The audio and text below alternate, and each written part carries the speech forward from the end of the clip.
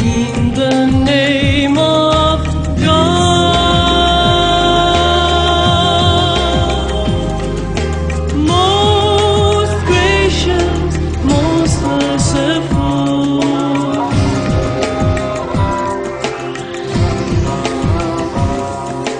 most gracious, most merciful, most gracious, most merciful. Alhamdulillah wa ashhadu an la ilaha illallah wahdahu la sharika lah. எல்லா புகழும் கடவுள் ஒருவருக்கு மட்டுமே. உண்மையான கடவுளாகிய அவர் ஒருவரை தவிர வேறு தெய்வம் இல்லை என்று நான் சாட்சி கூறுகின்றேன். அவர் தனித்தவர், இனிதுணை இல்லாதவர். எல்லாம் வல்ல அல்லாஹ்வுடைய கிருபையை கொண்டு நாளைக்கு நம்மிடத்தில் அங்கீகரிக்கப்படக்கூடிய மார்க்கமாக அல்லாஹ் சுப்ஹானஹு வ தஆலா நமக்கு விதித்திருப்பது இஸ்லாம் மட்டும்தான். அந்த இஸ்லாத்தை நாம் எப்படி கடைபிடிப்பது அல்லது எவ்வாறு அந்த இஸ்லாத்தை நாம் பின்பற்றுவது அப்படிங்கிற வழிமுறையை போதிக்கின்ற புத்தகமாக தன்னுடைய இறுதி வேதத்தை அல்லாஹ் சுப்ஹானஹு வ தஆலா நமக்கு கொடுத்துருக்குறாங்க. அதன் அடிப்படையில் இஸ்லாத்தை பின்பற்றுவதற்கான ஒரே ஆதாரம் குர்ஆன் மட்டும்தான் அப்படிங்கிற சத்தியத்தையும் விளங்கிக் கொள்ளக்கூடிய பாக்கியத்தை அல்லாஹ் நமக்கு கிருபை செஞ்சுருக்காங்க. அந்த அல்லாஹ் சுப்ஹானஹு வ தஆலாவுக்கு நன்றி கூறியவனாக இந்த பிரசங்கத்தை நான் தொடங்குறேன். காரணம் என்னென்னா, அல்லாஹ் மனித இனத்திற்கு சொல்லியிருக்கின்ற கட்டளைகளில் மிக முக்கியமான கட்டளைகளில் ஒன்று நன்றி கூறுவது. அது நம்ம எல்லாருக்கும் நல்லா தெரியும். ஏன் இதை ரிப்பீட்டடாக திரும்ப திரும்ப சொல்கிறேன்னா, குர்ஆனே ஒரு நினைவூட்டல்னு அல்லாஹ் சொல்கிறாங்க. நீங்கள் திரும்ப திரும்ப சொல்லணும். அல்லாஹ்வுக்கு நீங்கள் நன்றி 14:7 அல்லாஹ் சொல்கிறாங்க, நீங்கள் எனக்கு அதிகம் நன்றி செலுத்தினா நான் நிறைய உங்களுக்கு கொடுப்பேன். ஸோ நாம் செலுத்துகின்ற நன்றி ஒருபோதும் பயனின்றி போகாது அப்படிங்கிறது தான் அல்லாஹ்வுடைய வார்த்தை. நன்றி செலுத்த செலுத்த நிச்சயமாக அந்த கூலியை பெறுகின்ற மக்களாக நாம் ஆயிரும். அதன் அடிப்படையில் அல்லாஹ்வுடைய மார்க்கமாகிய இஸ்லாத்தின் ஆதாரமான குர்ஆனிலிருந்து இன்னைக்கு ஒரு சூறாவை நம்ம பார்ப்போம். சூரா நம்பர் 76. மனிதர், அல் இன்சான். பொதுவாக மனிதன் போடுவாங்க. இதில் மனிதன் ஆங்கிலத்தை பொறுத்த மட்டும் நிறைய விஷயமே அண்டர்ஸ்டாண்டிங்கில் தான் போகும். ஆக மனிதன் அப்படிங்கிறது ஆண்பாலை குறிக்கக்கூடியதாக இருக்கு. ஆகையினால மனிதர் அப்படிங்கிற வேர்டு ஆணையும் பெண்ணையும் குறிக்கக்கூடியதாக. ஆக சூரா அல் இன்சான், த ஹியூமன், மனிதர், ஆண்கள் மற்றும் பெண்கள். அவுது பில்லாஹி மினஷ் ஷைத்தானிர் ரஜீம், பிஸ்மில்லாஹிர் ரஹ்மானிர் ரஹீம். மனிதன் குறிப்பிடப்படுவதற்கு என எந்த ஒன்றுமாக இல்லாதிருந்த ஒரு காலம் இருந்தது என்பது உண்மையா இல்லையா அல்லாஹ் கேட்குறாங்க. இன்னைக்கு 46 வயசு எனக்குண்டா, ஒரு 50 வருஷத்துக்கு முன்னால நான் யாரு என்னன்னு என்ன சொல்லியிருக்க முடியும்? குறிப்பிடப்படுவதற்கு என எந்த ஒன்றுமாக மனித இனம் அல்லது ஒரு குறிப்பிட்ட மனிதர், அவர் ஆணோ அல்லது பெண்ணோ, இல்லாதிருந்த ஒரு காலம் இருந்ததா இல்லையா அப்படின்னு நல்லா கேட்குறாங்க. இருந்தது. ஒரு 10 வயசு பையன் 15 வருஷத்துக்கு முன்னால, ஒரு 50 வயது பெண்மணி 60 வருஷத்துக்கு முன்னால எதுவுமே இல்லை. அவங்க ஒன்றுமே இல்லாமல் அவங்க எங்கே இருந்தாங்க? தாயிட்ட இருந்தாங்களா, தந்தையிட்ட இருந்தாங்களா, காற்றுல இருந்தாங்களா, தண்ணியில் இருந்தாங்களா, யாருக்குமே தெரியாது. எந்த குறிப்பிட்ட நேரத்தில் அவங்க படைக்கப்படுறாங்களோ அவங்கள படைக்கிற அந்த அல்லாஹ்வை தவிர வேறு யாருக்குமே தெரியாது. அதுதான் அல்லாஹ் சொல்றாங்க, குறிப்பிடப்படுவதற்கு என எந்த ஒன்றுமாக மனிதன் இல்லாதிருந்த காலம் என்று ஒன்று இருந்ததே, அது உண்மையா இல்லையா? தொடர்ந்து அல்லாஹ் என்ன சொல்றாங்க, இதுக்கு முன்னால் 75ல் 36, இதுக்கு முந்தின அத்தியாயத்தில் மனிதன் தான் ஒன்றுமே இல்லாமல் போக போகின்றோம் என்பதை என்றாவது நினைத்து பார்க்கின்றானா? ஆக ஒண்ணுமே இல்லாமல் இருந்த நாம ஒண்ணுமே இல்லாமல் போயிடுறோம். ஒரு 50 வருஷத்துக்கு முன்னால ஒண்ணுமே இல்லாமல் இருந்த ஒரு, இப்ப என்னை போன்ற ஒரு மனிதர் இன்னொரு எத்தனை எனக்கென்று நிர்ணயிக்கப்பட்ட அந்த ஆயுட்காலம் நிறைவடைஞ்சிருச்சுன்னு அதுக்கு பின்னால ஒண்ணுமே இல்லை. ஆக ஒன்றுமே இல்லாத நிலையில் தொடங்கி ஒன்றுமே இல்லாத நிலையில முடிகின்றவன் தான் மனுஷன். அல்லாஹ் தொடர்ந்து என்ன சொல்றாங்க, நான் அவனை படைச்சேன். ஒன்றுமில்லாத இருந்த நிலையிலிருந்து மனிதனை நாம் படைத்தோம். ஏன் படைத்தேன் அப்படிங்கறது சொல்றாங்க அடுத்த வசனத்துல. இந்த மனிதனை, இந்த ஆணினத்தை பெண்ணினத்தை நாம் ஏன் படைத்தோம்? அவனை சோதனை செய்யும் பொருட்டு, அல்லது அவரை சோதனை செய்யும் பொருட்டு, அந்த பெண்மணியை சோதனை செய்யும் பொருட்டு, அந்த மனிதரை சோதனை செய்யும் பொருட்டு பெற்றோர்கள் இருவரின் ஒரு திரவ கலவையில் இருந்து மனிதனை நாம் படைத்தோம். முதல்ல சேத்திலிருந்து படைச்சேன்னு சொல்றாங்க ஆதம. அதுக்கு பின்னால அவரிலிருந்து அவருடைய ஜோடி, அவங்க 2 பேரை தவிர்த்து மற்ற எல்லாருமே 2 பெற்றோர்களின் திரவ கலவிலிருந்து படைக்கப்பட்டதாக அல்லாஹ் சுப்ஹானஹு வ தஆலா சொல்றாங்க. மனித படைப்பின் அந்த காரணம் எதன் மூலமாக மனித இனம் படைக்கப்படுது அப்படிங்கிற விஷயத்தை இந்த வசனத்தில் அல்லாஹ் நமக்கு சொல்றாங்க. 2 பெற்றோர்களுடைய திரவ கலவையிலிருந்து மனிதனை நாம் படைத்தோம். இந்த மாதிரி அவனை நாம் படைக்கும் போது இவ்விதமாக அவனை நாம் செவியேற்கக்கூடிய ஒருவனாகவும் பார்க்கக்கூடிய ஒருவனாகவும் ஆக்கினோம். இதுக்கு என்ன அர்த்தம்? இப்படி படைக்கும் போது செவிப்புலனையும் பார்வைப்புலனையும் அவனுக்கு நான் கொடுத்துதான் படைக்கிறேன். செவிப்புலனும் பார்வைப்புலனும் கொடுக்கப்பட்ட நிலையில் தான் நாம் படைக்கப்பட்டிருக்கின்றோம். அப்ப செவிப்புலன் பார்வைப்புலன் இல்லாதவர்கள் குறித்த கேள்வி இருக்கு. இன்னொரு இடத்துல அல்லாஹ் சொல்றாங்க, குருடர் குற்றம் பிடிக்கப்பட மாட்டார், செவிடர் ஊனமுற்றவர் குற்றம் பிடிக்கப்பட மாட்டார்கள். அது வேற ஒரு சப்ஜெக்ட். இந்த கேள்விக்கான பதில், குருடர் குற்றம் பிடிக்கப்பட மாட்டார், முடவர் குற்றம் பிடிக்கப்பட மாட்டார், நோயாளி குற்றம் பிடிக்கப்பட மாட்டார். மொத்தத்தில் இதெல்லாம் ஒரு வகையான நோய், ஒரு வகையான ஊனம். ஆக ஒழுங்கா படைக்கப்பட்ட மனிதர்கள் குறித்து இதை பேசணும். அவனை செவியேற்கக்கூடிய அல்லது அவரை செவியேற்கக்கூடிய ஒருவராகவும் பார்க்கக்கூடிய ஒருவராகவும் நாம் ஆக்கினோம். இப்படி பார்வையும் செவிப்புலனும் கொடுத்ததுக்கு பின்னால 2 பாதைகளை அவனுக்கு நாம் காட்டினோம். அல்லாஹ் சொல்றான், ஒண்ணுமே இல்லாம இருந்தோம், ஒண்ணுமே இல்லாம போக போறோம். அப்ப ஏன் நம்ம படைக்க இந்த பூமியில வாழ்றோமே, நாம வாழ்ற வாழ்க்கைக்கு ஒரு அர்த்தமே இல்லையா? வாழ்வோம். அப்படியே சில நாத்திகர்கள்ட்ட கேட்டா இது இயற்கை, பிறந்தோம் இறந்து போயிடும் அவ்வளவுதான் அப்படிம்பாங்க. அப்படி இல்லை. சோதிக்கும் பொருட்டு நான் படைச்சிருக்கேன். அல்லாஹ் சுப்ஹானஹு வ தஆலா சொல்றாங்க, செவிப்புலனை கொடுத்து நான் படைச்சிருக்கிறேன், பார்வைத்திறனை கொடுத்து நான் படைச்சிருக்கிறேன், பாதைகளை நான் சுட்டி காட்டியிருக்கின்றேன். 2 பாதைகளை நாம் அவனுக்கு சுட்டி காட்டினோம். பின்னர் அவன் நன்றி உடையவனாகவோ அல்லது நன்றி கெட்டவனாகவோ இருக்கின்றான். ஒன்னு நன்றி உடைய மக்கள் அல்லது நன்றி கெட்ட மக்கள். குர்ஆனை பொறுத்த மட்டும் பல பேரை குற்றவாளிகள் நல்லா சொல்றாங்க. பல பேரை குற்றவாளிகள் சொல்லி இந்த குற்றவாளிகள் அனைவரும் நரகத்தை சென்றடைவார்கள். அதுல நிராகரிக்கின்ற மக்கள், நம்ப மறுப்பவர்கள், அதாவது காஃபிர்கள், நன்றி கெட்டவர்கள், அறிவுத்திறன் அற்றவர்கள். ஏன்னா அறிவுத்திறன் உடையவர்களை குறித்து குர்ஆன் என்ன சொல்லுது? லா இலாஹா இல்லல்லாஹ் ஷஹாதா சொல்லுவான். யார் லா இலாஹா இல்லல்லாஹ் முஹம்மது ரசூலுல்லாஹ் ஷஹாதா சொல்றானோ, அல்லது யார் லா இலாஹா இல்லல்லாஹ் அப்படிங்கிற ஷஹாதாவை சொல்லலையோ, அவன் நிச்சயமா நரகத்துக்கு போவான். இப்போ அறிவில்லாதவன் நரகத்துக்கு போகக்கூடிய பட்டியலில் வந்துடுறான். தீய மக்களை குறித்து குர்ஆன் சொல்லு. இப்படி அல்லாஹ் குற்றவாளிகள் பட்டியலில் கொடுக்கிற அந்த லிஸ்ட்ல நன்றி கெட்டவர்களே இருக்கிறாங்க. ஆகையினால நாம நன்றி உடையவர்களாக இருக்கணும். அல்லாஹ் சொல்றாங்க, ஒன்னே நன்றி உடையவர்களாக இருப்பாங்க, இல்ல நன்றி கெட்டவர்களாக இருப்பாங்க. அந்த நன்றி கெட்டவர்கள் தான் நம்ப மறுப்பவர்கள் அப்படிங்கறது அடுத்த வசனம் சொல்லுது. நம்ப மறுப்பவர்களுக்காக சங்கிலிகளையும் விலங்குகளையும், செயின்ஸ் அண்ட் ஷாக்கிள்ஸ், சின்ன சின்ன வளையம் உள்ளது சங்கிலி, பெருசு பெருசா அந்த குற்றவாளிகளுக்கு போலீஸ் ஸ்டேஷன்ல போட்டு வச்சிருப்பாங்க பாருங்க, காப்பு வளையம், இது ஷாக்கிள்ஸ். சங்கிலிகளையும் வளையங்களையும் மேலும் கொழுந்து விட்டு எரிகின்ற ஒரு நரகத்தையும் நாம் தயார் செய்திருக்கின்றோம். அல்லாஹ் சுப்ஹானஹு வ தஆலா சொல்றான், நன்றி கெட்ட மக்களுக்காக, நம்ப மறுக்கின்ற மக்களுக்காக. எது சரியான பாதை என்று கடவுளால் உங்களுக்கு சுட்டி காட்டப்பட்டிருக்கின்றதோ அந்த பாதையை ஏற்க மறுக்கின்ற மக்களுக்காக, அதை நிராகரிக்கின்ற மக்களுக்காக கொழுந்து விட்டு எரிகின்ற நரகத்தை நாம் தயார் செய்திருக்கின்றோம். சங்கிலிகளையும் விலங்குகளையும் நாம் அவர்களுக்காக தயார் செய்து வைத்திருக்கின்றோம். அல்லாஹ் சுப்ஹானஹு வ தஆலா சொல்றாங்க. தொடர்ந்து நற்குணமுடையவர்களை பொறுத்தவரை அமுதத்தை கொண்டு வாசனை ஊட்டப்பட்ட கிண்ணங்களில் இருந்து அவர்கள் அருந்துவார்கள். ஸ்பைஸ்டு வித் நெக்டர் இருக்கு. Spiced with nectar. இந்த நெக்டர்ங்கிற வேர்டுக்கு தேன் ஒரு அர்த்தம் இருக்கு. தேன் அந்த அளவுக்கு விரும்பக்கூடிய வாசனை இருக்குமான்னு சொல்ல முடியாது. சில பேருக்கு தேனுடைய வாசனை பிடிக்காது. ஆனா அமிர்தம் என்கின்ற வார்த்தை காலகாலமாக தமிழ் மக்கள் அறிந்த ஒரு வார்த்தை. அது என்னன்னு தெரியாது, ஆனா பிரம்மாண்டமானது அப்படிங்கிற ஒரு நம்பிக்கை இருக்கு. சோ நெக்டருக்கு அமிர்தம்னு ஒரு மீனிங் இருக்கு. அந்த அமிர்தத்தை கொண்டு வாசனை ஊட்டப்பட்ட கிண்ணங்களில் இருந்து அவர்கள் அருந்துவார்கள். அவர்கள் கொடுக்கக்கூடிய கோப்பையை மோந்து பார்த்தா கம கம கமன்னு மணக்கும். அல்லாஹ் சுப்ஹானஹு வ தஆலா சொல்றாங்க.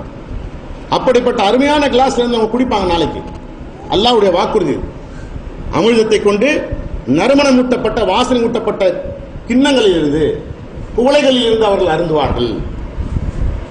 அல்லாஹ்வின் நல்லடியார்களுக்கென ஒதுக்கி வைக்கப்பட்டிருக்கின்ற ஒரு ஊற்று. எதுல இருந்து அவங்க குடிப்பாங்க? அல்லாஹ் சொல்றாங்க, வாசனை ஊட்டப்பட்ட கிளாஸ் இருக்கு கையில, எதுல இருந்து குடிப்பாங்க? ஒரு ஊற்றில இருந்து குடிப்பார்கள். அல்லாஹ் சொல்றாங்க, அல்லாஹ்வுடைய அடியார்களுக்கென்று ஒதுக்கி வைக்கப்பட்டிருக்கின்ற ஊற்று. அல்லாஹ்வுடைய அடியாரை தவிர வேற யாரும் அதுல போக முடியாது. அல்லாஹ்வுடைய அடியார்களுக்கென்று பிரத்யேகமாக ஏற்படுத்தப்பட்ட ஊற்று அல்லாஹ் சுப்ஹானஹு வ தஆலா சொல்றாங்க. நறுமணம் ஊட்டப்பட்ட அந்த கிளாஸை கொண்டு அதுல இருந்து அவங்க குடிப்பாங்க. அவர்கள் நாடியவாறு அது பொங்கி எடும். அல்லாஹ்வுடைய நல்லடியார்கள் போய் நீட்டினா தான் அது பொங்கி கிளாஸை நிரப்பும். இவர்கள் நாடியவாறு எப்படிலாம் அவங்க நாடுறாங்களோ அப்படிலாம் அது பொங்கி எடும் அல்லாஹ் சொல்றாங்க. அந்த ஊற்று அவர்கள் அப்படிப்பட்ட கடவுளின் நல்லடியார்கள் அல்லாஹ்வுடைய நல்லடியார்கள் யாரு, அவர்கள் தன்மை என்ன, அல்லது அல்லாஹ்வின் நல்லடியார்கள் என்று அல்லாஹ் சொல்றாங்க இந்த இடத்துல, அப்படிப்பட்டவங்களா நாமளும் ஆயிரமே அப்படிங்கிற விருப்பம் எல்லாருக்கும் இருக்கும். அப்ப நீங்க என்ன செய்யணும்? அல்லாஹ் சுப்ஹானஹு வ தஆலா சொல்றாங்க, அவர்கள் தங்கள் வாக்குறுதிகளை நிறைவேற்றுகின்றனர். சோ நடந்து அதாவது ஒரு காரியத்தை செயல்படுத்தி கொண்டிருக்கின்ற மக்களை குறித்து அல்லாஹ் சொல்றாங்க. இது அந்த மக்களை மட்டும் குறிக்கக்கூடியது இல்ல. இதுக்கு என்ன அர்த்தம்? அவர்கள் தங்கள் வாக்குறுதிகளை நிறைவேற்றுகின்றனர். இப்படிப்பட்ட ஊற்றிலிருந்து, நறுமணம் ஊட்டப்பட்ட கோப்பைகளில் இருந்து குடிக்கணும்னு விருப்பம் உடையவர்களாக நீங்கள் இருப்பீர்களே ஆனால் வாக்குறுதிகள் நிறைவேற்றுகின்றவர்களாக நீங்க இருக்கணும்ன்ற போதனை இருக்குது. குர்ஆனுக்கு யாரும் விளக்கம் கொடுக்க முடியாது. குர்ஆனுக்கு விளக்கப்பட்ட ஒரு புத்தகம். இந்த கருத்தை நாம சொல்றோம். குர்ஆன்ல விளக்கப்பட்ட இந்த வேத புத்தகத்திலிருந்து நாம் பெறுகின்ற கருத்து அல்லாஹ் தான் நாமே வெளிப்படுத்தணும், இதை நாமே விளக்கம்னு சொல்றாங்க. அப்படி விளக்கப்பட்ட இந்த புத்தகத்தின் கருத்து இதுதான். அவர்கள் தங்கள் வாக்குறுதிகளை நிறைவேற்றுகின்றனர் அப்படின்னா நீங்களும் உங்களுடைய வாக்குறுதியை நிறைவேற்றணும் அப்படிங்கிற கட்டளை இதுக்கு பின்னால இருக்கு. நீங்க உங்களுடைய வாக்குறுதியை நிறைவேற்றணும். வாக்குறுதி நிறைவேற்றாத மக்களுக்கு அந்த ஊற்றில் பங்கு இல்லை. அந்த ஊற்றில் உங்களுக்கு எந்த பங்கும் இல்லை. வாசனை ஊட்டப்பட்ட திரவம், வாசனை ஊட்டப்பட்ட அந்த கிளாஸ் இருக்கு பாருங்க, அந்த குவளைகள் உங்களுக்கு சொந்தம் இல்லை. அதை சொந்தமாக பெற வேண்டும் என்றால் நீங்க என்ன செய்யணும்? உங்களுடைய வாக்குறுதியை நீங்க நிறைவேற்றணும். மேலும் மிகவும் அதிக கடினமான அந்த ஒரு நாளை அஞ்சுகின்றனர், மறு உலகை குறித்து அஞ்சுகின்றனர் அப்படின்னு அர்த்தம். இன்னொரு அர்த்தம் என்ன சொல்லுது? அந்த மறு உலகம் என்பது மிகவும் கடினமான நாள், லேசான நாள் இல்லை, மிக கடினமான அந்த நாளை குறித்து அவர்கள் அஞ்சுவார்கள். அவங்க தான் அந்த ஓடையிலிருந்து, அந்த ஊட்டிலிருந்து குடிப்பாங்க, அந்த கிளாஸ்ல இருந்து குடிப்பாங்க, நறுமணமிக்க அந்த பாத்திரத்திலிருந்து பானங்களை அருந்துகின்ற மக்களாக அவங்க இருப்பாங்க. அல்லாஹ் சுப்ஹானஹு வ தஆலா சொல்றாங்க. அது மட்டும் இல்லாம அவர்கள் தங்களுக்கு பிரியமான உணவை ஏழைகளுக்கும் அனாதைகளுக்கும் மேலும் சிறைபிடிப்போருக்கும் நன்கொடையாக அளிக்கின்றனர். உங்களுக்கு பிரியமான உணவை ஏழைகளுக்கும் அனாதைகளுக்கும் சிறைபிடிக்கப்பட்டோர், கைது செய்யப்பட்டோர், அதாவது நாதியற்றவர்கள், அவர்களுக்கு நீங்க தானமா கொடுக்கணும். அப்படி கொடுத்தா அந்த ஓடையில உங்களுக்கு பங்கு இருக்கு, அந்த ஊற்றில் உங்களுக்கு பங்கு இருக்குன்னு அல்லாஹ் சுப்ஹானஹு வ தஆலா சொல்றாங்க. வார்த்தையை காப்பாற்றுவாங்க, ஏழைகளுக்கும் அனாதைகளுக்கும் தானமா கொடுப்பாங்க, நன்கொடையா கொடுப்பாங்க. கொடுக்கும்போது எப்படி கொடுப்பாங்க அப்படிங்கிறது அடுத்த வசனம் நமக்கு சொல்லுது. ஏன் இதை ஸ்பெசிபிக்கா இந்த ஒரு சூறாண்டா? இது மாதிரி பல சூறாக்கள் இருக்கு குர்ஆன்ல. ஒரு சூறா நம்முடைய வாழ்க்கை நோக்கத்தை முழுவதும் சொல்லக்கூடியதாக அநேக சூறாக்கள் இருக்கு குர்ஆன்ல. வாழ்க்கையின் ஆரம்பத்திலிருந்து வாழ்க்கையின் முடிவு வரைக்கும் உண்டான அத்தனை விஷயங்களையும் ஒட்டுமொத்தமாக சொல்லுகின்ற அநேக சூறாக்கள் குர்ஆன்ல இருக்கு. அதுல ஒண்ணுதான் இந்த 76. அதோட தலைப்பே நாம தான், மனிதர், நீங்களும் நானும். நாம் யார், நாம் எதுக்காக படைக்கப்பட்டோம், நம்முடைய வாழ்க்கை நோக்கம் என்ன, நம் மரணத்துக்கு பின்னால் நாம பார்க்க போற விஷயங்கள் என்ன, அதுல நல்லதை நாம் அடைவதற்கு உண்டான வழிமுறைகள் என்ன, கெட்டதை விட்டு தப்பிப்பதற்கான வழிமுறைகள் என்ன, எல்லாத்தையும் ஒட்டுமொத்தமாக இந்த ஒரு சூறால் அல்லாஹ் சுப்ஹானஹு வ தஆலா சொல்றாங்க. இப்படி பல சூறாக்கள்ல சொல்றாங்க. அவர்கள் தங்களுக்கு பிரியமான உணவை ஏழைகளுக்கும் அனாதைகளுக்கும் சிறைபிடிக்கப்பட்டோருக்கும் நன்கொடை அளிக்கின்றனர். அப்படி நன்கொடை கொடுக்கும்போது என்ன சொல்லுவாங்களா? அப்படி நன்கொடை கொடுக்கும்போது நீங்க என்ன சொல்லணும்? அல்லாஹ் சொல்றாங்க, அல்லாஹ்வுக்காகவே நாங்கள் உங்களுக்கு உணவளிக்கின்றோம். இன்றைக்கு பெரிய பெரிய அரசியல்வாதிகள், பெரிய பெரிய கொடையாளிகள் தங்களை சொல்லுகின்ற மக்கள் செய்வான் கொடுக்கும்போது அந்த கேமராமேன் ரெடி ஆகலன்னு வைங்க, கொஞ்ச நேரம் நில்லுப்பா. ஸோ ஒரு பப்ளிசிட்டி, ஏதோ ஒரு ஆதாயத்தை அந்த பூமியில அவன் எதிர்பார்க்கிறான். ஒன்னு கொடுக்கக்கூடிய மனிதன்கிட்ட எதிர்பார்ப்பான், இல்ல பார்க்கக்கூடிய மனிதர்கள்ட்ட எதிர்பார்ப்பான். அப்படிப்பட்ட ஒரு நிலையில நீங்க இருக்கக்கூடாதுன்னு அல்லாஹ் சுப்ஹானஹு வ தஆலா சொல்றாங்க. அப்படிப்பட்ட ஒரு நிலையில அல்லாஹ்வுடைய அடியார்கள் இருக்க மாட்டாங்க அப்படின்னு சொல்றாங்க. அல்லாஹ்வுக்காகவே நாங்கள் உங்களுக்கு உணவளிக்கின்றோம், உங்களிடமிருந்து எந்த கைமாறையோ, அதாவது உங்களிடமிருந்து எந்த பிரதிபலனையோ அல்லது நன்றியையோ நாங்கள் எதிர்பார்க்கவில்லை. நாங்கள் அல்லாஹ்க்காக தான் உங்களுக்கு கொடுக்குறோம், நீங்க ஒன்றும் எங்களுக்கு தேங்க்ஸ் சொல்லணுங்கிற தேவையில்லை, அதுல எங்களுக்கு தேவையே கிடையாது. உங்களுடைய எந்த பிரதிபலனும் எதிர்பார்க்கல, காரியங்களை அல்லாஹ்வுக்காக நாங்க செய்யறோங்கிற அந்த எண்ணத்தின் அடிப்படையில் செயல்படுவாங்கன்னு சொல்லி அல்லாஹ் சுப்ஹானஹு வ தஆலா சொல்றாங்க. சொல்லிட்டு அடுத்த வசனம் 76ல 10, எங்கள் இரட்சகரிடமிருந்து துன்பம் மற்றும் தொந்தரவு நிறைந்த அந்த நாளை நாங்கள் பயப்படுகின்றோம். மறு உலகை குறித்து அல்லாஹ் முதல்ல என்ன சொன்னாங்க? கடினமான நாள். இரண்டாவது, அந்த நாளில துன்பம் இருக்கும், தொந்தரவு இருக்கும், கஷ்டம் இருக்கும், தொந்தரவு இருக்கும். அப்படிப்பட்ட அந்த நாளை குறித்து நாங்கள் அஞ்சுகின்றோம். என்ன அர்த்தம் இருக்கு? அந்த நாளிலிருந்து எங்களை நாங்கள் பாதுகாத்துக் கொள்வதற்காக உங்களுக்கு தர்மம் கொடுக்கிறோம். அந்த நாளிலிருந்து எங்களை பாதுகாத்துக் கொள்வதற்காக நாங்கள் அல்லாஹ்வுக்காக இதை நாங்கள் கொடுக்கிறோம். அதன் விளைவாக இப்படிலாம் நடக்கிறதன் காரணமாக வாக்குறுதியை காப்பாற்றுறது, ஏழைகளுக்கு அனாதைகளுக்கும் சந்தோஷம். அவர்கள் உண்ணுகின்ற உணவை கொடுக்கணும். நீங்க நல்ல அரிசியை சாப்பிட்டு அவங்களுக்கு ரேஷன் அரிசியை கொடுக்க முடியாது, அது நன்னறி கிடையாது. அவர்களுக்கு பிரியமான உணவை, தங்களுக்கு பிரியமான உணவை கொடுப்பாங்கன்னு அல்லாஹ் சுப்ஹானஹு வ தஆலா சொல்றாங்க. நீங்க விரும்புகின்ற உணவு விட்டு வேற உணவை இன்னொருத்த அல்லாஹ் சொல்றாங்க, உங்களுக்கு வேண்டாததை பொறுக்கி எடுத்து அடுத்தவங்களுக்கு கொடுக்காதீங்க. தூக்கி எறியறதுக்கு, அதாவது கண்ணை மூடிட்டு இருந்தா நீங்க அதை ஏத்துப்பீங்க. அப்படிப்பட்ட ஒரு மட்டமான பொருளை தேர்ந்தெடுத்து அடுத்தவங்களுக்கு கொடுக்க கூடாது, அது அல்ல நன்னெறி. ஆக இப்படிலாம் இவங்க செய்யறதன் விளைவாக அந்த நாளின் தீங்கில் இருந்து கடவுள் அவர்களை காப்பாற்றுகின்றார். நீங்க நாம் இப்படிலாம் நடந்தோம்னா நாளைக்கு மறு உலகத்தில் அல்லாஹ் நம்மளை காப்பாற்றுவாங்க. அந்த துன்பம் நிறைந்த நாளில், தொந்தரவு நிறைந்த அந்த கடினமான நாளில் இருந்து நாம் பாதுகாக்கப்படுவோம் சொல்லி அல்லாஹ் சுப்ஹானஹு வ தஆலா நமக்கு உபதேசம் பண்றாங்க, பாடம் நடத்துறாங்க. அந்த நாளில் அவர்களை அல்லாஹ் காப்பாற்றுகின்றார். மேலும் இன்பம் மற்றும் திருப்தியை கொண்டு அவர்களுக்கு வெகுமதி அளிக்கின்றார். வெறும் காப்பாற்றப்படுவது மட்டுமில்ல, மகிழ்ச்சி, இன்பம், திருப்தி தான் உலகத்தில் மனிதன் தேடக்கூடிய மிகப்பெரிய பொக்கிஷம். திருப்தி அடைந்த ஆன்மான்னு குர்ஆன்ல ஒரு வார்த்தையே இருக்கு, திருப்தி அடைந்த ஆன்மா. ஆக இன்பம் மற்றும் திருப்தியை கொண்டு அவர்களுக்கு வெகுமதி அளிக்கின்றார் அல்லாஹ் சுப்ஹானஹு வ தஆலா. இந்த வசனம் நமக்கு சொல்லு. அது மட்டுமா, அவருடைய உறுதிப்பாட்டிற்காக இந்த வார்த்தையை கவனிக்கணும். உறுதிப்பாடுன்னு சொன்னா தொடர்ந்து நீடிச்சிருக்கிறது.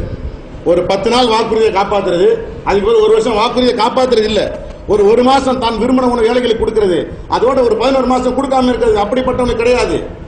உறுதிப்பாடு, தி ஸ்டெட்ஃபாஸ்ட், தொடர்ந்து நிலைத்திருப்பது. இந்த காரியத்திலே நீங்கள் தொடர்ந்து நிலைத்திருப்பீர்களே ஆனால், உங்கள் வாழ்நாள் வரை இதே மாதிரியான காரியங்கள் செய்கின்ற மக்களாக நீங்கள் இருப்பீர்களே ஆனால், சுவனம் மற்றும் பட்டாடைகளை கொண்டு அவர்களுக்கு வெகுமதி அளிக்கின்றார். சொர்க்கம் மற்றும் பட்டாடைகள், சொர்க்கமும் பட்டாடையும், சொர்க்கத்தில் வழங்கப்படுகின்ற பட்டாடை நம்ம மூத்தா போனாதான் கிடைக்கும். துனியாவில் சொர்க்கம் கிடைக்குமா? கிடைக்காது. இது ஒரு தற்காலிக நரகம், இது ஒரு மைல்டு ஹெல். இதுல சொர்க்கத்தை நம்ம எதிர்பார்க்க முடியாது. இது அல்லாஹ்வுடைய பரிபூர்ணமான அரசாட்சிக்கு உட்பட்டது கிடையாது. ஆக சுவனம் மற்றும் பட்டாடைகளை கொண்டு வெகுமதி அளிக்கின்றார். உறுதிப்பாடு, லைஃப் டைம் பூரா நீங்க இந்த மாதிரி இருக்கணும்.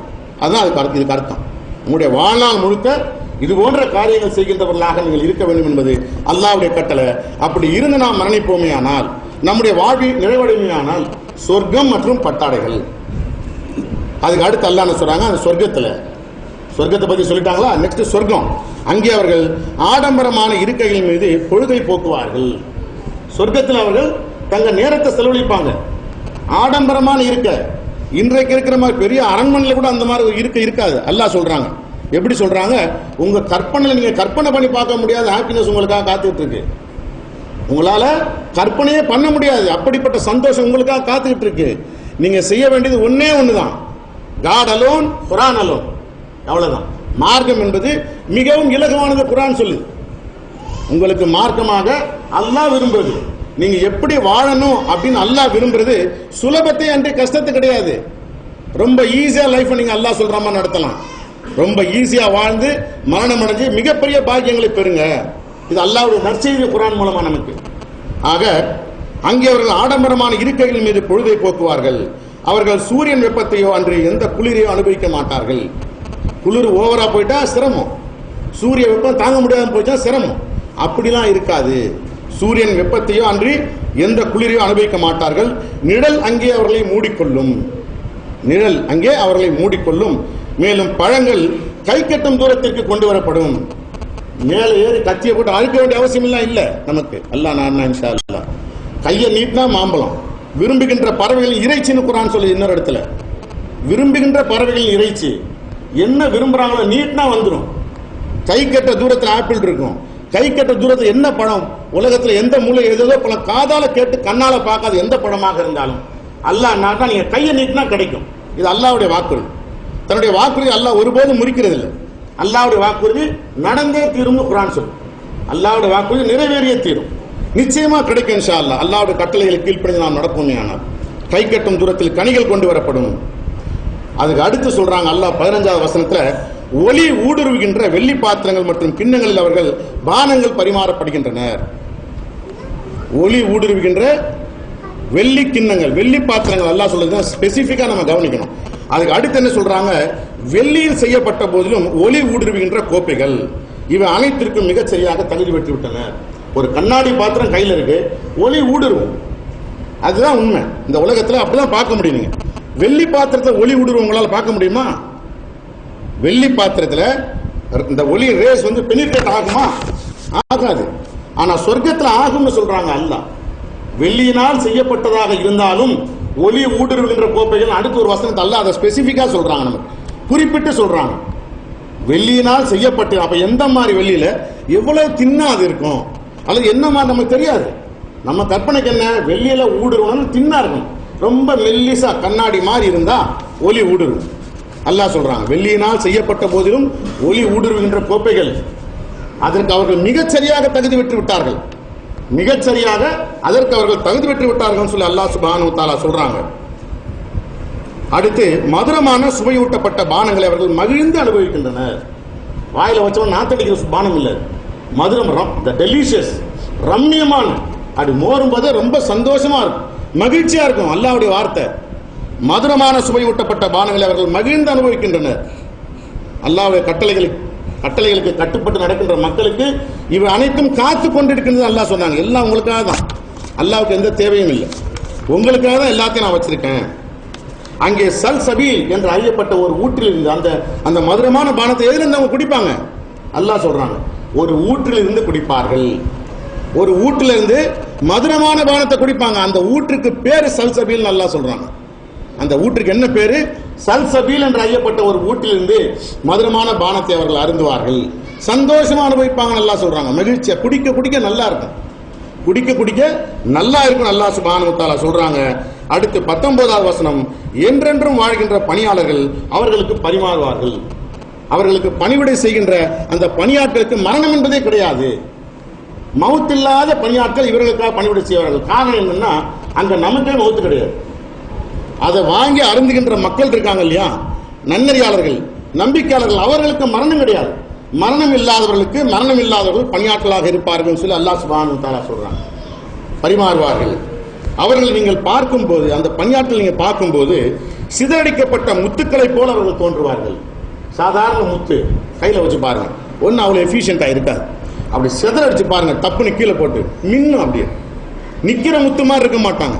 சிதறடிக்கப்பட்ட முத்துக்களை போல அவ்வளவு அழகா இருப்பாங்கன்னு சொல்லி அல்லாஹ் சுப்ஹானஹு வ தஆலா சொல்றாங்க. இன்னும் தொடர்ந்து நாம பார்ப்போம். இப்ப அல்லாஹ்விடத்துல பாவ மன்னிப்பு கேட்போம் இன்ஷா அல்லாஹ். தூபு இலல்லாஹ்.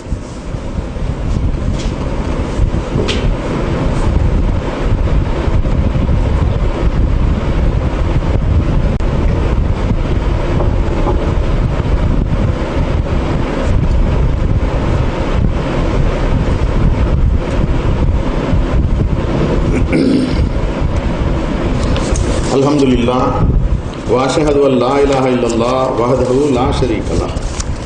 எல்லா புகழும் கடவுள் ஒருவருக்கு மட்டுமே. உண்மையான கடவுளாகி அவர் ஒருவரை தவிர வேறு தெய்வம் இல்லை என்று நான் சாட்சி கூறுகின்றேன். அவர் தனித்தவர், இணையில்லாதவர். 20வது வசனம் அடுத்து சொர்க்கத்தை குறித்து அல்லாஹ் சொல்றாங்க. நீங்க அல்லாஹ்வுடைய கட்டளைகளுக்கு கீழ்ப்படிந்து நடக்கின்ற மக்களாக இருப்பீர்களே ஆனால், அதாவது மொத்தத்தில் இந்த குர்ஆனை மட்டுமே உங்களுடைய வாழ்க்கை திட்டத்திற்கான ஆதாரமாக, இந்த குர்ஆனை மட்டுமே உங்களுடைய மார்க்கத்திற்கான ஆதாரமாக கொண்டு செயல்படுகின்ற மக்களாக நீங்கள் வாழ்ந்து மரணிப்பீர்களே ஆனால், அதன் அடிப்படையில் வாழ்ந்து உங்களுடைய வாழ்க்கையானது நிறைவடைமே ஆனால், இந்த பாக்கியங்கள் அனைத்தும் உங்களுக்காக காத்துக் கொண்டிருக்கின்றது. இது அல்லாஹ்வுடைய வார்த்தை. நீங்கள் எங்கு நோக்கினாலும், அந்த சொர்க்கத்தில் எந்த பக்கம் நீங்க திரும்பி பார்த்தாலும் பேரானந்தத்தையும் மேலும் அற்புதமான ஒரு சாம்ராஜ்யத்தையுமே நீங்கள் பார்ப்பீர்கள். இன்றைக்கு இருக்கக்கூடிய அரசாட்சி, எத்தனையோ பேர் அரசாட்சி செய்யறாங்க. ஒரு இடத்துல தண்ணி பஞ்சம், இன்னொரு பக்கம் கரண்ட் இல்லை, இப்படி ஏகப்பட்ட பிரச்சனை. ஆனா அல்லாஹ் சொல்றாங்க அல்லாஹ்வுடைய சாம்ராஜ்யம் அற்புதமானதா இருக்கும், எந்த பிரச்சனையும் இருக்காது. தண்ணி பிரச்சனை, கரண்ட் பிரச்சனை, அந்த பிரச்சனை, இந்த பிரச்சனை, ஆக்சிடென்ட்ஸ் எதுவுமே இருக்காது. பியூட்டிஃபுல்லா இருக்கும் அல்லாஹ்வுடைய வார்த்தை, அல்லாஹ்வுடைய சாம்ராஜ்யம், அல்லாஹ்வுடைய சொர்க்கம். எங்க சுத்தி பார்த்தாலும் பேரானந்தமா இருக்கும். அவர்கள் மீது, அதுக்கு அடுத்து சொல்றாங்க, அந்த நன்னறியாளர்கள் மீது பச்சை மென்பட்டு, மென்பட்டுனா வெல்வெட்டு, தொட்டா மெத்து மெத்துன்னு இருக்கும். பச்சை மென்பட்டு மற்றும் பளபளக்கும் பட்டு இவைகளாலான ஆடைகளும் மேலும் வெள்ளி ஆபரணங்களும் இருக்கும். அவருடைய இரட்சகர் தூய்மையான பானங்களை அவர்களுக்கு வழங்குவார். அல்லாஹ் கொடுப்பாங்க பானங்கள் நமக்கு. அல்லாஹ் சுப்ஹானஹு வ தஆலா தானே நமக்கு பானங்கள் வழங்குவதாக இந்த இடத்துல சொல்றாங்க. அவர்களுக்கு பானங்களை வழங்குவார். இதுவே உங்களுக்காக காத்துக் கொண்டிருக்கின்ற வெகுமதி ஆகும். அல்லாஹ் உங்களுக்காக தயார் செய்து வைத்திருக்கின்ற வெகுமதி. இவை அனைத்தும் உங்களுக்காக காத்துக் கொண்டிருக்கின்றது அல்லாஹ் சுப்ஹானஹு வ தஆலா சொல்றாங்க. ஏனெனில் உங்களுடைய முயற்சிகள் பாராட்டப்பட்டவைகளாக இருக்கின்றன. இன்னொரு அல்லாஹ் சொல்றாங்க, நீங்க எடுக்கிற எந்த முயற்சிக்கும் நான் கூலி கொடுக்காம விடவே மாட்டேன். அல்லாஹ்வுக்காக நீங்க எடுக்கிற எந்த ஒரு முயற்சியாக இருந்தாலும் அவை கூலி கொடுக்கப்படாமல் போகாது, அவைகளுக்கு கண்டிப்பாக கூலி வழங்கப்பட்டே தீரும் அப்படின்னு அல்லாஹ் சுப்ஹானஹு வ தஆலா சொல்றாங்க. இதுவே உங்களுக்காக காத்துக் கொண்டிருக்கின்ற வெகுமதி. ஏனெனில் உங்களுடைய முயற்சிகள் பாராட்டப்பட்டவைகளாக இருக்கின்றன. அதுக்கு அடுத்து சொல்றாங்க பாருங்க, இந்த வெகுமதிகள் நீங்கள் அடைவதற்கான வழிமுறை அறிந்து கொள்வது எப்படி தெரிஞ்சுக்கிறது? அல்லாஹ்வுடைய கட்டளைகளை அறிந்து கொள்ள தெரிஞ்சுக்கிறது முகாந்திரம் என்ன? இந்த குர்ஆனை நாம் வெளிப்படுத்தி இருக்கின்றோம். அல்லாஹ் சொல்றான், இந்த குர்ஆனை நாம் வெளிப்படுத்தி இருக்கின்றோம். நம்மிடமிருந்து தனிச்சிறப்பானதொரு வெளிப்பாடு, தனிச்சிறப்பான பிரத்யேகமானதொரு வெளிப்பாடு அல்லாஹ் சுப்ஹானஹு வ தஆலா சொல்றாங்க. மற்ற எந்த புத்தகத்திற்கும் அல்லாஹ் கொடுக்காத ஒரு வாக்குறுதி, பாதுகாப்பு அப்படிங்கிற வாக்குறுதி மற்ற புத்தகத்துக்கு இல்ல. நாமே இருக்கிறோம், நாமே பாதுகாப்போம். நாமே பாதுகாப்போம்னா முந்தைய வேதங்களுக்கு பாதுகாப்பு என்ற உத்தரவாதம் இல்லை, அவைகள் பாதுகாக்கப்படலை. இன்றைக்கு ஒரே ஒரு புத்தகம் தான் இந்த பாதுகாக்கப்பட்ட நிலையில அல்லாஹ்வுடைய செய்தியை தாங்கி இருக்கின்ற ஒரே புத்தகம், ஒரே தூதர், வாழ்கின்ற தூதர் இந்த குர்ஆன் தான். இந்த குர்ஆனை உங்களுக்கு நான் வெளிப்படுத்தி இருக்கின்றேன் அல்லாஹ் சுப்ஹானஹு வ தஆலா சொல்றான். உங்களுக்கு நான் வழங்கி இருக்கின்றேன். உம்முடைய இரட்சகரின் கட்டளைகளை உறுதிப்பாட்டுடன் நீர் செயல்படுத்த வேண்டும். இந்த குர்ஆனை பார்த்தா தான் எது உங்களுடைய இரட்சகரின் கட்டளைங்கிறத நீங்க தெரிஞ்சுக்க முடியும். இதுல இருக்கக்கூடிய அல்லாஹ்வுடைய கட்டளைகள் நீங்க என்ன செய்யணும்? செயல்படுத்தணும். உறுதிப்பாட்டுடன் நீங்கள் செயல்படுத்த வேண்டும். மேலும் அவர்களில் உள்ள பாவம் நிறைந்த நம்ப மறுப்பவன் எவனுக்கும் நீர் கீழ்ப்படியாது. இதை தவிர மற்ற விஷயத்தை மார்க்கம் சொல்லக்கூடிய எல்லாரும் பாவி, எல்லாருமே நம்ப மறுக்கின்றவர்கள் தான். எவன் பேச்சை நீங்க கேட்காதீங்க அல்லாஹ் சொல்றாங்க. யார் பேச்சை நீங்க கேட்காதீங்க, குர்ஆனுடைய பேச்சை மட்டும் கேளு. அதான் இதுக்கு அர்த்தம். இதுக்கு வேற ஏதாவது அர்த்தம் சொல்ல முடியுமா? இந்த குர்ஆனை உமக்கு நான் வெளிப்படுத்தியிருக்கின்றோம். நம்மிடமிருந்து தனிச்சிறப்பான ஒரு வெளிப்பாடு. உம்முடைய இரட்சகரின் கட்டளைகளை உறுதிப்பாட்டுடன் நீங்கள் பின்பற்ற வேண்டும். மேலும் அவர்களில் உள்ள பாவம் நிறைந்த நம்ப மறுப்போன் எவனுக்கும் நீங்கள் கீழ்ப்படியாதீர்கள் அப்படின்னு அல்லாஹ் சொல்றாங்க. ஆக குர்ஆனுக்கு மாற்றமா சொல்லுகின்ற யாரா இருந்தாலும் சரி, அவன் பேச்சு நீங்க கேட்காதீங்க, அவனுக்கு நீங்க கீழ்ப்படிய வேண்டிய தேவையில்லை. கீழ்ப்படியாதீங்க அல்லாஹ்வுடைய கட்டளை. மேலும் பகலும் இரவும் உம்முடைய இரட்சகரின் பெயரை நினைவு கூறுவீராக. அல்லாஹ்வுடைய கட்டளை தொடர்ந்து வருது. இரவும் பகலும் அல்லாஹ்வுடைய பெயரை கொண்டு நீங்க அல்லாஹ்வை துதிங்க. அர் ரஹ்மான் சொல்லுங்க, அர் ரஹீம் சொல்லுங்க, இல்ல வெறும் அல்லாஹ்னே சொல்லுங்க. அல்லாஹ்வுடைய பெயரை சொல்லி துதிப்பீராகன்றது அல்லாஹ்வுடைய கட்டளை. இரவு பொழுதுகளில் அவர் முன் சிரம்பணிந்து வீழ்வீராக. மேலும் பல இரவினில் நீண்ட நேரம் அவரை துதிப்பீராக. இரவுல நீங்க சஜிதா செய்யுங்க, தொழுகை இல்ல, சஜிதாவுல திக்ரு செய்யறது. நீண்ட நேரம் அல்லாஹ்வை நீங்கள் துதிப்பீராக. அதுக்கு அடுத்து அல்லாஹ் என்ன சொல்றாங்க, இந்த மக்கள் விரைந்தோடும் இந்த வாழ்க்கையிலே மூழ்கி விட்டனர். அதே சமயம் அவர்களுக்கு சற்றே முன்னிருக்கின்ற கனமானதொரு நாளை அலட்சியம் செய்கின்றனர். எல்லா மக்களுடைய ஏகோபித்த நிலைப்பாடு தான். இந்த மக்கள் இந்த வாழ்க்கையில அதிகமாக கவனம் செலுத்துறாங்க, இதிலே மூழ்கிட்டாங்க. அதே சமயம் கொஞ்சம் தான் முன்னால இருக்கு, ரொம்ப தூரம்லாம் இல்ல. மறுமங்கிறது நாளைக்கு மௌத்தா போயிட்டா நாளைக்கு அந்த மரணம் அடைந்த அந்த நேரம் முதல் மறுவுல இருக்கான ஆயத்தம் ரெடி, தயாராகும். சற்றே முன்னிருக்கின்ற அந்த கனமானதொரு நாளை அவர்கள் அலட்சியம் செய்கின்றனர். நாம் அவர்களை படைத்தோம், நாம் அவர்களை நிலைநிறுத்தினோம். அல்லாஹ் சொல்றாங்க, நாமே அவர்களை படைத்தோம், மேலும் நாமே அவர்களை நிலைநிறுத்தினோம். மேலும் நாம் எப்பொழுது நாடினாலும், இப்ப அல்லாஹ் நாடினா கூட அவருடைய இடத்தில் மற்றவர்களை மாற்றி அமைத்து விட நம்மால் முடியும். இப்ப கூட அல்லாஹ் நாடினா இந்த கூட்டத்தை பூரா தூக்கி எறிஞ்சிட்டு வேற கூட்டத்தை கொண்டு வர முடியும். அல்லாஹ்வுடைய வல்லமை இது ஒரு சிறு பகுதி தான். அல்லாஹ் நாடினா எதுவுமே நடக்கும், உடனே மாத்திட்டு வேற கூட்டத்தை கொண்டு வர என்னால முடியும். நீங்கள் நாடுவது எதுவானாலும் இது ஒரு நினைவூட்டலாகும். 29வது வசனம், இது ஒரு நினைவூட்டலாகும். இந்த குர்ஆனை குறித்து அல்லாஹ் சொல்றான், இதுதான் ஒரு நினைவூட்டல், இது ஒரு நினைவூட்டலாகும். நாடுகின்ற எவரும் தன்னுடைய இரட்சகரை நோக்கிய பாதையை தேர்ந்தெடுத்துக் கொள்ள வேண்டும். இதுதான் இந்த குர்ஆன் தான் நினைவூட்டல். அல்லாஹ்வுடைய பாதையை தேர்ந்தெடுக்கணும்னு விரும்புகின்ற எவராக இருந்தாலும் இந்த குர்ஆனின் மூலமாக அந்த பாதையை தேர்ந்தெடுத்துக் கொள்ளட்டும் அப்படின்னு அல்லாஹ் சொல்றான். அல்லாஹ்வுடைய பாதையை நீங்கள் அறிந்து கொள்வதற்குண்டான ஒரே வழி குர்ஆனை பின்பற்றுவதுதான். இந்த குர்ஆனை கொண்டுதான் அல்லாஹ்வுடைய பாதையை நீங்க அறிய முடியும். இந்த குர்ஆனை கொண்டுதான் அல்லாஹ்வுடைய பாதையை நீங்க தேர்ந்தெடுக்க முடியும். குர்ஆன் அல்லாத மற்ற எந்த விஷயத்திலும் அல்லாஹ்வுடைய பாதையை உங்களால் தேர்ந்தெடுக்க முடியாது. இது அல்லாஹ்வுடைய வார்த்தை. நீங்கள் நாடுவது எதுவானாலும் அது அல்லாஹ்வின் நாட்டத்திற்கு ஏற்பவே உள்ளது. அல்லாஹ் எல்லாம் அறிந்தவராகவும் ஞானம் உள்ளவராகவும் இருக்கின்றார். தான் நாடுகின்ற எவரையும் தன்னுடைய கருணைக்குள் நுழைய அவர் அனுமதிக்கின்றார். மேலும் வரம்பு மீறுபவர்களை பொறுத்தவரை வலி நிறைந்த தண்டனையை அவர்களுக்காக அவர் தயாரித்திருக்கின்றார். இதுல நம்ம கவனிக்க வேண்டிய ஒரு விஷயம் என்னன்னா, வரம்பு மீறுபவர்கள் அப்படிங்கிற இந்த இடத்துல அல்லாஹ் பயன்படுத்தியிருக்க வார்த்தைக்கு உண்டான அர்த்தமே இந்த குர்ஆனை அலட்சியம் செய்வது. குர்ஆனை வெளிப்படுத்தி இருக்கிறேன். இது ஒரு நினைவூட்டல். அல்லாஹ்வுடைய பாதையை நோக்கி போகணும்னு விரும்புகின்ற எவர்களாக இருந்தாலும் இந்த குர்ஆனை கொண்டு அந்த பாதையை தேர்ந்தெடுத்துக் கொள்ளட்டும்னு சொல்லிட்டாங்க. எவர்கள் இதை ஏற்கவில்லையோ அவர்கள் தான் வரம்பு மீறுபவர்கள். அந்த வரம்பு மீறுபவர்களுக்காக வலி நிறைந்த தண்டனையை அல்லாஹ் சுப்ஹானஹு வ தஆலா தான் தயார் செய்து வைத்திருப்பதாக இந்த குர்ஆன் மூலமா நமக்கு சொல்றாங்க. ஆக எது அல்லாஹ்வுடைய கட்டளையோ அதை செயல்படுத்தினா ஏகப்பட்ட பாக்கியங்கள் அல்லாஹ் நமக்கு வாக்களிக்கிறாங்க. ஆக அல்லாஹ்வுடைய கட்டளையை புறக்கணிக்கின்ற மக்களுக்கு வலி நிறைந்த தண்டனையை குர்ஆன் வாக்களிக்கும். ஆகையினால அல்லாஹ் சுப்ஹானஹு வ தஆலா நம் அனைவருக்கும் அல்லாஹ்வுடைய பாதையை தேர்ந்தெடுத்து அதன் அடிப்படையில் அல்லாஹ்வுடைய முழு பொருத்தத்தையும் அல்லாஹ்வுடைய முழு பாதுகாப்பையும் பெற்று குர்ஆனில் அல்லாஹ் குறிப்பிட்டு சொல்லியிருக்கக்கூடிய எலிட் ஆஃப் த எலிட் மக்களாக நம்மையும் நம்முடைய தாய் தந்தையர் நம்முடைய மனைவி மக்கள் நாம் விரும்புகின்ற அனைவரையும் அல்லாஹ் சுப்ஹானஹு வ தஆலா ஆக்கி அருள்பாலிக்க வேண்டும் என்று அல்லாஹ்விடத்தில் இறைஞ்சி பிரார்த்தனை செய்து நான் நிறைவு செய்கின்றேன். அக்கிமுஸ்ஸலாம்.